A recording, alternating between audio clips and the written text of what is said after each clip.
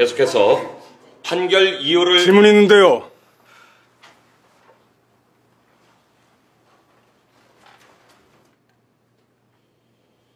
말씀하세요.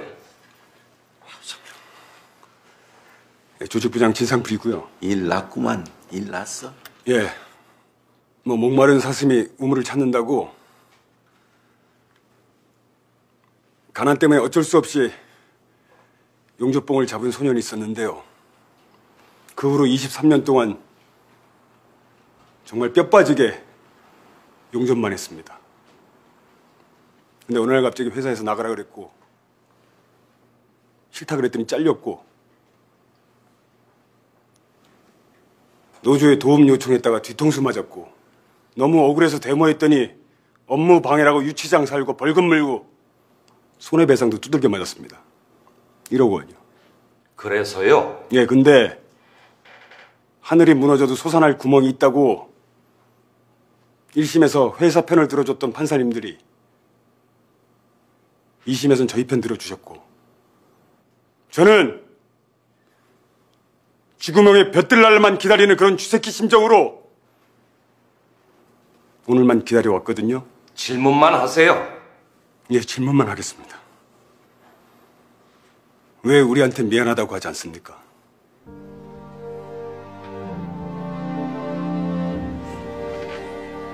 뭐요? 왜 미안하다고 하지 않냐고요. 우눈에 달래는 척하다가 뺨 때렸잖아요. 맞은데 또 때렸잖아요. 앉으세요. 안 끝났어요 아직. 우리 공장 앞에 가면요 조속으로 라면 끓여주는 전빵이 있는데 겨울에는 춥다고 호떡도 팔아요. 근데 그 호떡 구울 때도 한 번만 뒤집지 2번은 안 뒤집거든요. 호떡도 그런데 대한민국 법이 호떡만도 못합니까? 퇴장시키세요. 여기 이 사람들 지금 울고 있잖아요. 예? 놔요 이거! 아니 사람 울게 만들어놓고 미안하다고 하는 말 한마디 못해요? 놔! 사과하세요. 사과하세요 빨리! 상표야! 왜요? 판사 체면에 사과하려니까 쪽팔려요? 쪽팔려요? 우린 사과도 모자라서 맨날 빌고 살아요. 예? 빚쟁이한테 빌고 전기수도 끊지 말아달라고 빌고 이혼하자는 마누라 앞에서 빌고 공락금 달라는 애새끼 앞에서 빕니다.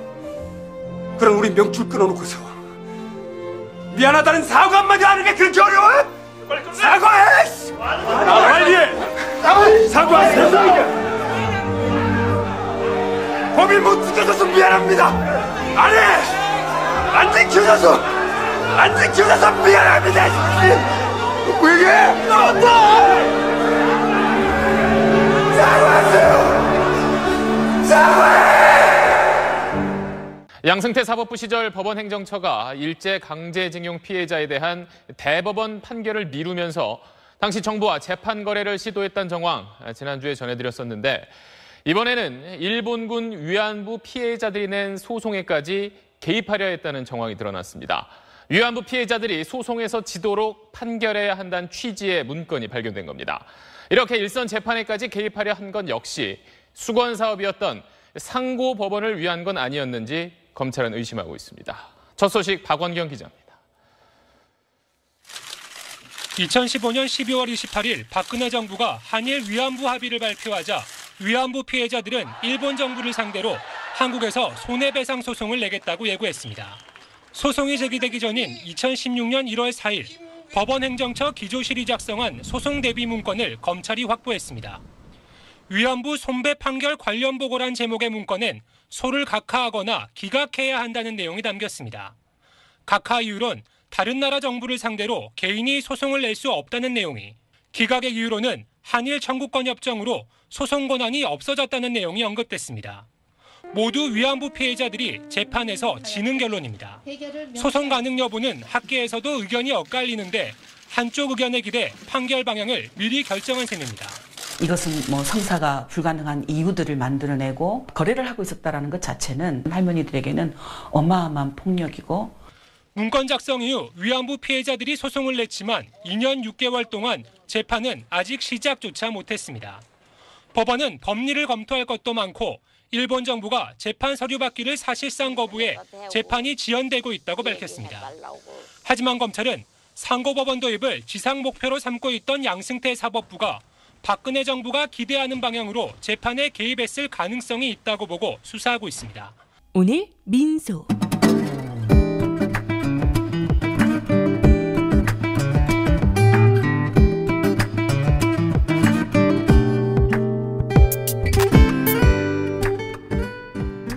경향신문 김용민 화백의 그림이 참 마음을 무겁게 합니다.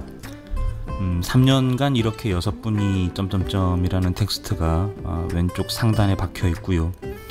박근혜와 양승태 놈이 꺼져가는 위안부 할머니의 입을 틀어막고 있습니다. 죽기 전에 사죄를 받아야 하겠다고 말하는데요. 그 입을 가로막고 이렇게 말합니다. 박근혜는 최종적 불가역적으로, 양승태 놈은 그럴 일은 없다고 말하는 만평인데요. 법원은 양승태 놈에게 친 영장을 발부해주지 않고 있어요. KTX 승무원의 죽음, 통합진보당 해산, 내란 업무 이석기, 이러라고 만든 삼권 분립이 아닐 텐데요. 어쩌면 우리가 알고 있는 민주주의 국가와 민주주의라는 개념, 삼권 분립 역시도 100% 완벽한 체제는 아닌가 하는 생각이 듭니다. 육군사관학교 중심의 문화가 기무사를 통해서 군을 장악하고 있고요. 군 적폐를 만들고 있습니다. 경찰대 라인은 또 경찰 조직을 장악하고 있죠. 서울대는 뭐 두말할 나위도 없습니다. 끼리끼리 문화가 끼리끼리 조폭을 만들고 백성들에게 빨대를 꼽고 피를 빨아먹으며 삽니다. 이런 젠장. 이 프로그램은 방송통신심의위원회 심의 규정을 준수하지 않습니다.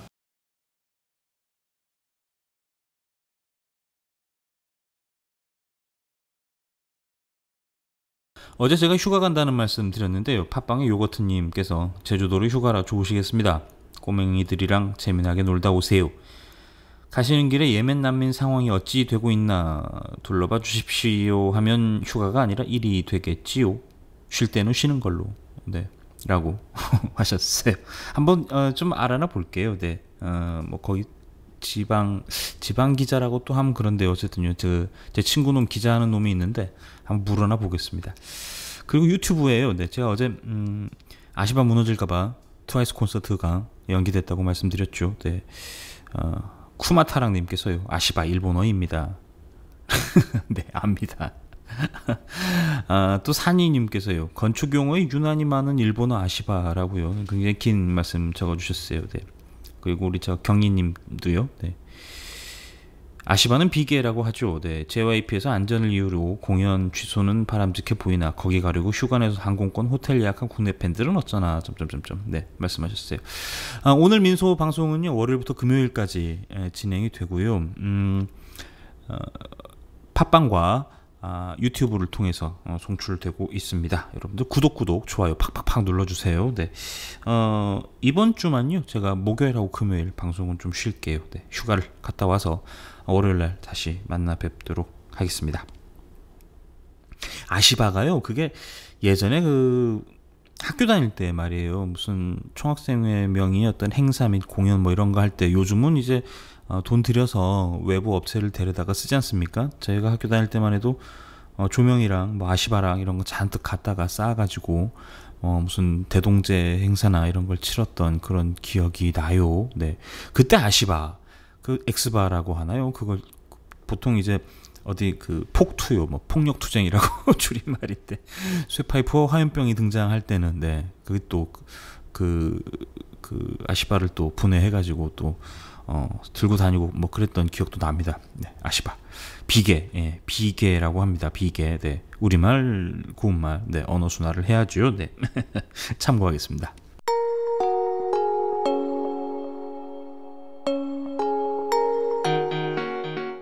오늘 민소. 양승태 전 대법원장이 상고법원을 도입하기 위해 대대적인 로비를 벌였다는 의혹을 받는 시기에 유독 많은 특수활동비를 받은 것으로 드러났습니다. 대법관들도 한 달 평균 특수활동비 100만 원씩을 사실상 수당처럼 받는 것으로 파악됐습니다. 홍주혜 기자입니다. 참여연대 행정감시센터가 정보공개 청구로 받은 자료를 토대로 대법원 특수활동비 내역을 분석해 발표했습니다. 대법원 예산의 특수활동비가 편성된 건 지난 2015년 1월부터입니다. 올해 5월까지 모두 9억 6,480여만 원이 이 기간 재임한 대법원장과 법원 행정처장, 대법관 등에게 900여 차례에 걸쳐 지급됐습니다. 가장 많이 받은 사람은 양승태 전 대법원장. 이번에 공개된 특활비의 23%에 해당하는 2억 2,360여만 원을 받았습니다. 지난해 9월 취임한 김명수 현 대법원장에겐 올해 5월까지 5,920여만 원이 지급됐습니다. 특히 양 전 대법원장이 받은 액수는 보통 한 분기에 2천만 원 안팎이었지만 2015년 3분기엔 3,100여만 원, 4분기에도 2,500여만 원으로 늘어납니다. 참여연대는 이때가 대법원이 상고법원 설치를 위해 대대적인 로비에 나섰던 시점이라는 데 주목합니다. 2015년 가을에 그 돈이 대법원장이 더 많이 썼다는 점에서 이 돈이 입법 로비용으로 쓰인 거 아니냐 저는 의심이 듭니다. 대법관들 역시 한 달 평균 특수활동비 100만 원씩을 사실상 수당처럼 받는 것으로 파악됐습니다. 대법원이 특수활동비 필요합니까? 대법원도 감사라든지 기타 기밀성을 요구하는 그런 일이 있기 때문에 뭐 정도에 따라서 다르겠지만은 필요하다고 생각합니다.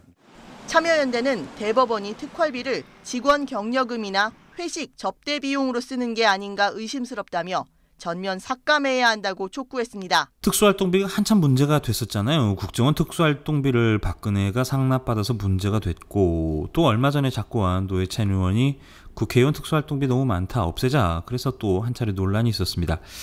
대법원도 특수활동비가 있었네요. 놀랍습니다. 그저 판사놈들이 특수활동비가 왜 필요할까 싶은데 말이에요. 이런 식으로 세금을 빼먹었나요? 네, 심지어 적폐 양승태 놈이 없었던 특수활동비를 만들었다고요. 특수활동비는 말 그대로 특수활동에 사용되는 돈이죠. 영수증 처리를 하지 않아도 되는 돈입니다. 그래서 그래도 기본적인 투명성은 담보되어야 하는 거 아닌가 싶어요. 네, SBS 김성준의 시사전망대 가져왔습니다. 함께 하시죠. 박근혜 정부 양승태 대법원장 시절의 재판거래 의혹 문건, 이게 내일 전부 공개가 된다는 거죠. 이런 가운데 양승태 대법원장 시절에 처음으로 대법원의 특활비, 특별활동비가 생긴 게 확인이 됐습니다. 대법원의 특활비가 왜 필요한 건지, 또 누가 얼마나 받아서 썼는지 저희 SBS 보도본부 데이터 저널리즘 팀 마부작침이 분석을 해봤습니다. 심영구 기자 나와 있습니다. 어서 오십시오. 안녕하세요.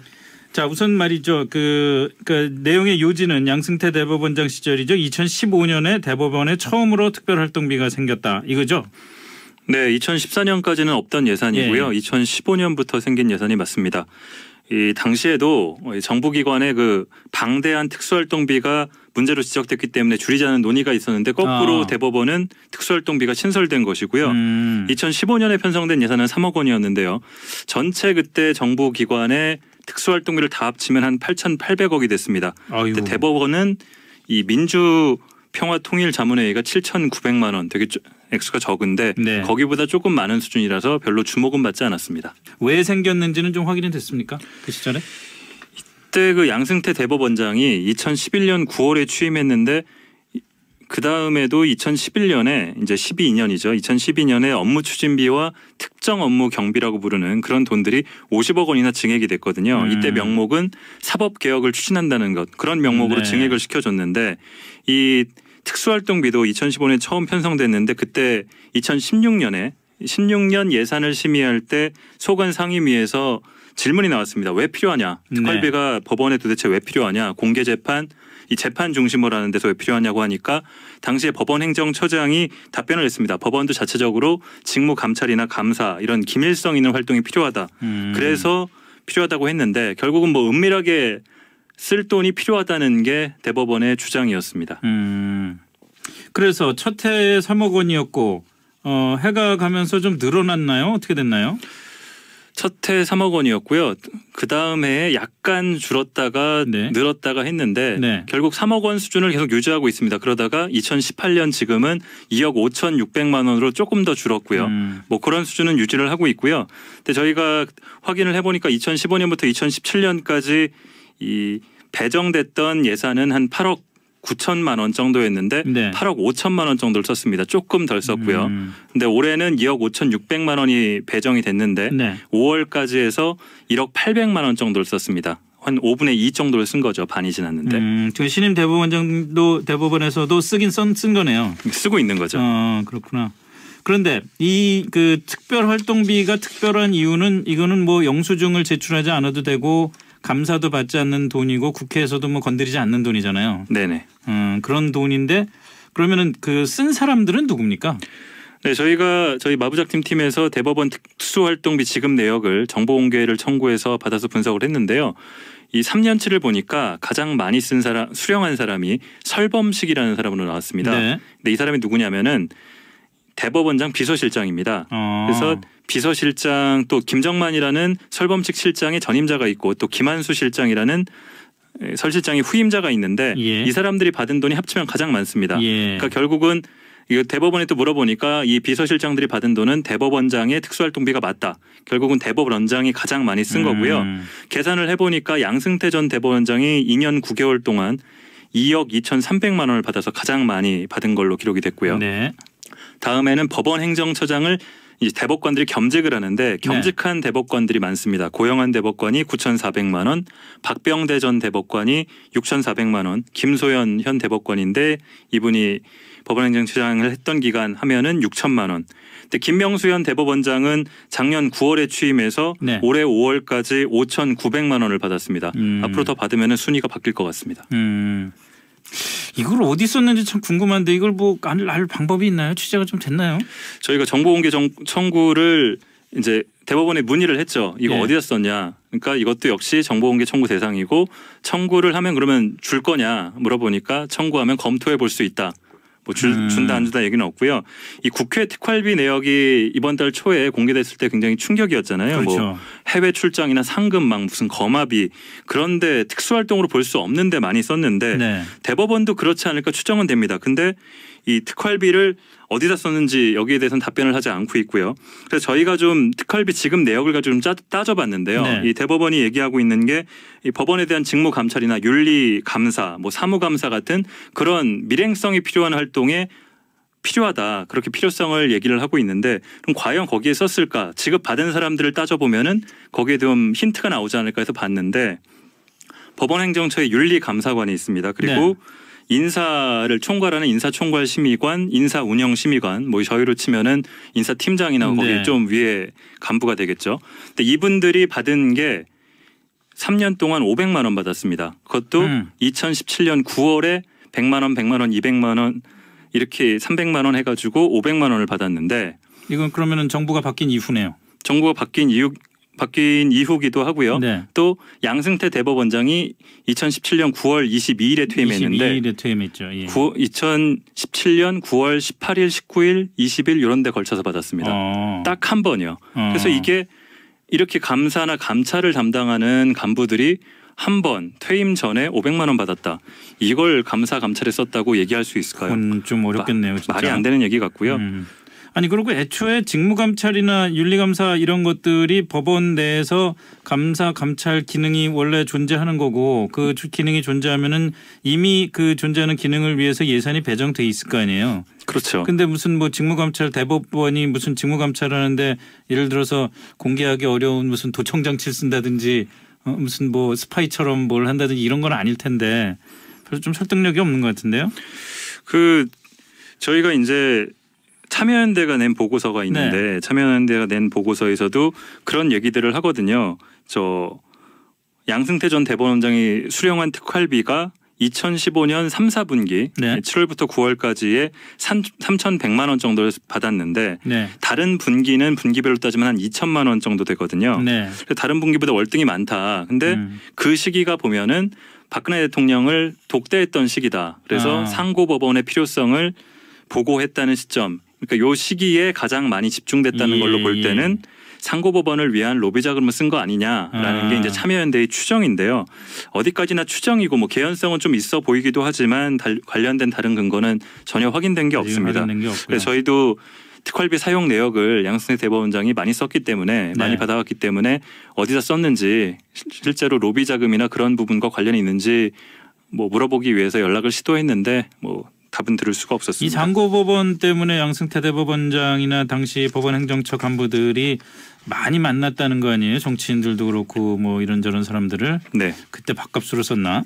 밥값이 모자라가지고. 근데 이제 업무 추진비라는 게 분명히 있고 또 특정 업무 경비라고 해서 약간 비슷하게 감사나 그런 수사나 다른 직무에 쓸 수 있게 된 돈이 있습니다. 이런 부분들도 꽤 많이 있고요. 예. 저희가 올해 상반기 걸 따져보니까 김명수 대법원장이 올해 6월까지 쓴 업무 추진비가 3천만 원이 넘습니다. 거기에 올해 지금 따져보니까 5월까지 쓴 특활비가 또 2,900만 원. 거의 업무 추진비 못지않은 특활비를 그러네요. 가져갔는데 예. 업무 추진비는 사실 영수증 제출하면 되는 거잖아요. 예, 예. 그 돈이 있는데 왜 다른 돈이 또 필요했을까? 그냥 편하게 쓸 수 있는 돈을 쓰려고 한 게 아닐까 하는 추정 정도 되는 거죠. 이거는 김명수 대법원장 쪽에서 쓴 돈에 대한 입장은 그것도 안 나왔나요?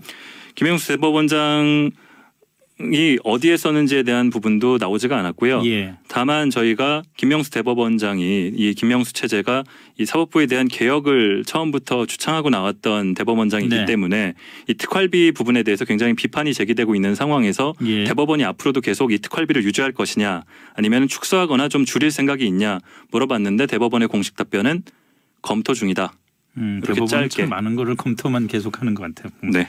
마지막으로 이게 사실은 대법원만 우리가 마부작침팀이 접근한 게 아니라 정부 조직 26군데에 대한 특활비 사용 정보 고개를 청구한 거잖아요. 네네. 다른 데는 아직 뭐 답변이 없습니까? 저희가 10년 동안 특활비를 한 번이라도 쓴 기관들을 다 털어가지고 정보 공개 예. 청구를 했는데 오늘도 다시 확인을 해봤는데 답변이 아직 온 데는 없고 여태까지 온 데는 대법원 포함해서 18곳입니다. 근데 이렇게라도 1인당 지급액, 1인당 금액을 공개한 곳은 대법원이 유일하고요. 네. 뭐 회계 자료는 5년 이상 보관 의무가 없다면서 지금은 없다. 아니면은 부분적으로 공개할 수 있다면서 연도별로 총액 같은 정도. 네네. 그래서 저희가 볼 때는 아무런 사실 정보의 가치가 없는 것들밖에 공개를 안 했고요. 근데 이 국민 세금에서 나온 돈을 적게는 이 수억에서 많게는 수십억, 수백억씩 쓰고 있는데 공개할 수 없다. 기밀 유지를 위해서 공개할 수 없다라는 식으로 얘기를 하는 것들이 합당한 태도냐. 네. 과연 특활비를 정당하게 쓰고 있는 건지는 꼭 짚어봐야 될 문제라는 생각이 많이 들었습니다. 맞습니다. 뭐 특수 활동을 위해서 특수 활동비가 필요하고 사실 정부 예산을 국민 세금으로 낸다 하더라도 어쨌든 또 모두에게 다 밝힐 수 없는 일이 있는 건 사실이기 때문에 특수 활동비 굳이 사용해야 되겠다면은 뭐 어쩔 수 없는 일이겠습니다만은 그래도 기본적인 투명성은 보장이 돼야 되는 것 아닌가 하는 그런 생각이 드네요.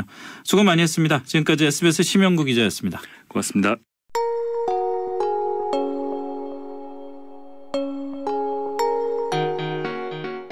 오늘 민소. 부모님의 생신이나 기념일엔 이제 다들 아시죠?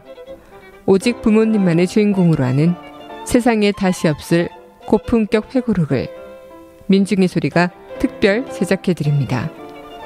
한평생 가족을 위해 헌신해 오신 부모님을 위해 아주 오래 기억에 남을 뜻깊은 선물. 기억의 책 만민보 지금 바로 신청하세요. 문의전화 1877-1419 1877-1419 민중의 소리.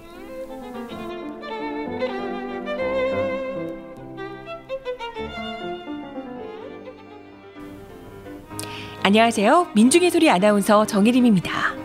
이명박근혜 정부, 그 혹독했던 시간을 견뎌내고 촛불로 민주주의를 바로 세워낸 자랑스러운 여러분 곁에 언제나 민중의 소리가 함께 있다는 거 알고 계시죠? 앞으로도 여러분의 응원과 격려에 힘입어 돈과 권력에 굴복하지 않고 가진 것 없는 사람들의 가장 든든한 벗이 되겠습니다. 민중의 소리 후원 전화 1661-0451 1661-0451 민중의 소리. 오늘의 적폐 양승태놈 한번 볼까요? 양승태 1948년 1월생, 경남 밀양시, 올해 나이 70. 경남고등학교, 서울대 법대, 사법연수원 2기. 2011년 9월 이명박이 대법원장에 임명했습니다. 2017년 9월까지가 임기였고요. 꽉 채웠네요. 제가 이렇게 굉장히 싸가지 없는 사람은 아닙니다. 그런데요, 이명박, 박근혜, 뭐 양승태 뭐 이런 분들한테요, 누구누구 씨 뭐 이렇게 부르고 싶지 않아요. 네, 존칭도 아까운 사람들입니다. 양승태, 네, 서울지방법원 서울지방법원 북부지원장, 네네, 법원행정처장 출신, 중앙선거관리위원회 위원장, 대법원장 테크트리를 탔고요. 아시는 대로 재임 기간 상고법원을 도입하려다 실패합니다. 상고법원 안이 대법원장의 인사권은 키우고 대통령의 인사권은 줄어드는 내용이었어요. 그래서 법무부가 격렬하게 반대한 바 있습니다. 박근혜 때인데요. 아마 이래서 재판 거래를 하지 않았을까 싶기도 하네요. 존버라고 하죠. 요즘 애들 말로 뭐 존앤 버틴다 이런 말인데요. 존버 사건들이 몇 개 있었어요. 심리를 아예 안 하는 거죠. 눈치 보면서. 몇 가지만 가져왔습니다. 이명박 때인데요. 국방부가 불온서적을 지정한 적이 있어요. 장하준 교수의 나쁜 사마리아인들, 한홍구 성공회대 교수의 대한민국사, 민주노총 김진숙 지도위원회 소금꽃나무, 그리고 노암 촘스키의 507년 정복은 계속된다 등등 23권인데요. 이게 왜 문제가 됐냐면 국방부가 이 책을 불온서적으로 정하고 군대 내에 반입을 금지합니다. 그래서 당시 법무관이었던 분들이 헌법소원을 냈는데요. 지난 2009년 육군참모총장 임충빈이 군 기강문란을 내세워서 박지웅 씨를 파면하고 한 씨에게는 감봉 1개월, 이한범, 신성수 씨는 근신 5일, 신봉범 씨에게는 징계유예 6개월 처분을 내린 바 있어요. 이른바 헌법소원에 대한 어떤 군 기강 문란을 내세웠던 거죠. 2009년이니까요. 어떤 정치적 배경이 있었으리라고는 쉽게 생각이 가능합니다. 이후 벌어진 1심, 2심, 이명박 때예요. 당연히 패소를 했고요. 그리고 이들은 대법원에 상고를 했습니다. 이틀 뒤에 이 양승태 놈이 대법원장 임기를 시작하게 되는데요. 심의를 안 해요. 네, 안 합니다. 네. 존버 사례 또 있어요. 제18대 대선 댓글 공작 아시죠? 네, 불법선거운동 2013년 1월 선거 무효 소송이 제기됐는데요. 원래 공직선거법에 따르면 180일 이내에 가부 판단을 해야 되는데 계속 심리를 미룹니다.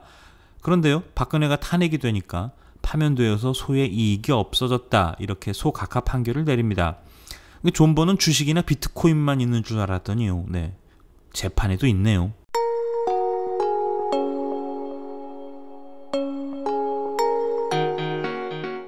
오늘 민소. 군 인권센터라는 시민단체는 연이어 군 내부 기밀을 폭로하고 대통령은 이에 장단이라도 맞추듯 연이어 지시사항을 발표하고 군 개혁을 국방부가 하는 건지 시민단체가 하는 건지 헷갈릴 지경인 마당에 군조차 정권에 길들이려고 해서는 안 될 것입니다.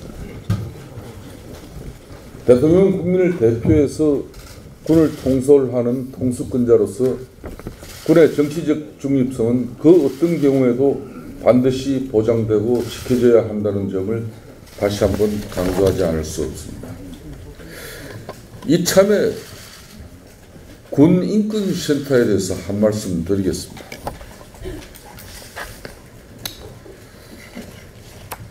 이 임태훈 군 인권센터 소장이라시는 분은, 이분은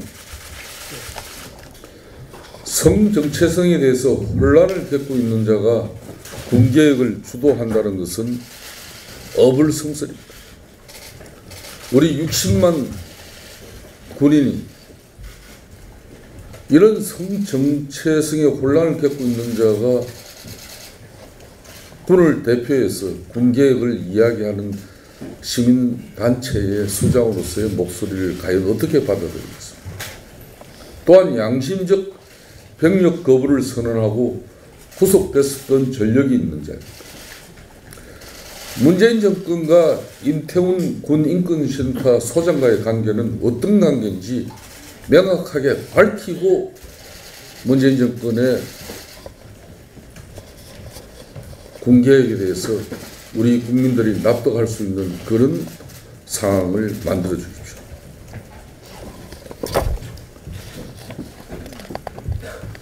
자유한국당은 이런 군인권센터가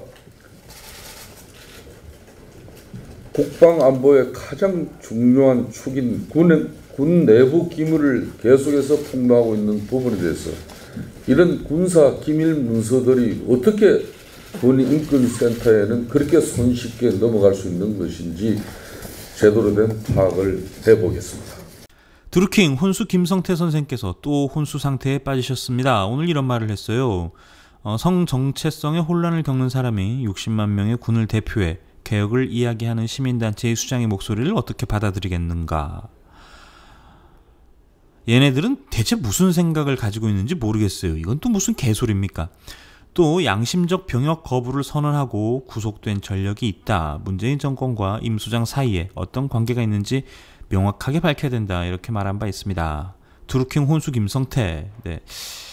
혹시나 해서 찾아봤는데요. 네, 육군병장 만기 전역 출신입니다. 자신감 뿜뿜 넘치는 이유가 있었네요. 물론 여러 비판이 있을 수는 있습니다. 임태훈 소장이요. 양심적 병역 거부. 모든 대한민국 남성은 총을 잡아야 한다는 게 오히려 국가폭력이지요. 너 군대 갈래? 교도소 갈래? 물어보면 어쩔 것 같습니까? 당연히 교도소 대신에 군대를 갑니다. 지금 드루킹 혼수 김성태가 비판하는 와중에도 군인권센터 상담 게시판에는 장병들의 글이 계속 올라오고 있습니다. 성정체성 혼란을 겪는 자가 군대를 비판하면 안 된다는 막하파식 논리는 대체 뭔가요? 똑똑하죠. 네. 이제 명분을 준 셈입니다. 이제 숙골들, 기독교, 개신교, 벌떼전으로 몰려가서요. 네, 군 인권 섹터 아마 박살을 낼 겁니다. 막말의 인신공격, 역시 자유당답습니다. 그래서 까는 거죠. 우리 강산 푸르게. 우리 강산 푸르게 망해라 자유당. 우리 강산 푸르게 망해라 자유당.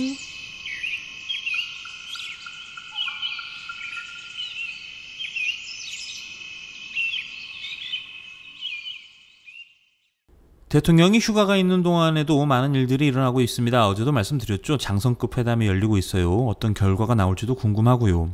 이게 오후 방송은 이런 게 안 좋아요. 막 튀어나와요 갑자기. 그걸 일정을 보니까요. 22사단에서 인적사항을 보내달라는군요. 22사 그러니까 동해선 남북 출입 사무소를 관장하는 그러니까요. 이산가족 상봉시설을 점검하러 가는데 취재 올라면 와라 뭐 이런 얘기인 것 같아요. 네, 뭔가가 진행되고 있긴 합니다. 속도를 좀 낼 수 없을까요? 금강산이라도 일단 좀 열어놓고 시작했으면 좋겠는데요. 오늘 또 박종천 열사 아버님이시죠. 박정기 선생님께서 서울광장에서 노제를 마치고 이후 모란공원으로 가십니다. 노회찬 의원 계신 곳이죠. 요즘 모란공원이 참 자주 거론되네요. 아는 얼굴이 계속 늘어납니다.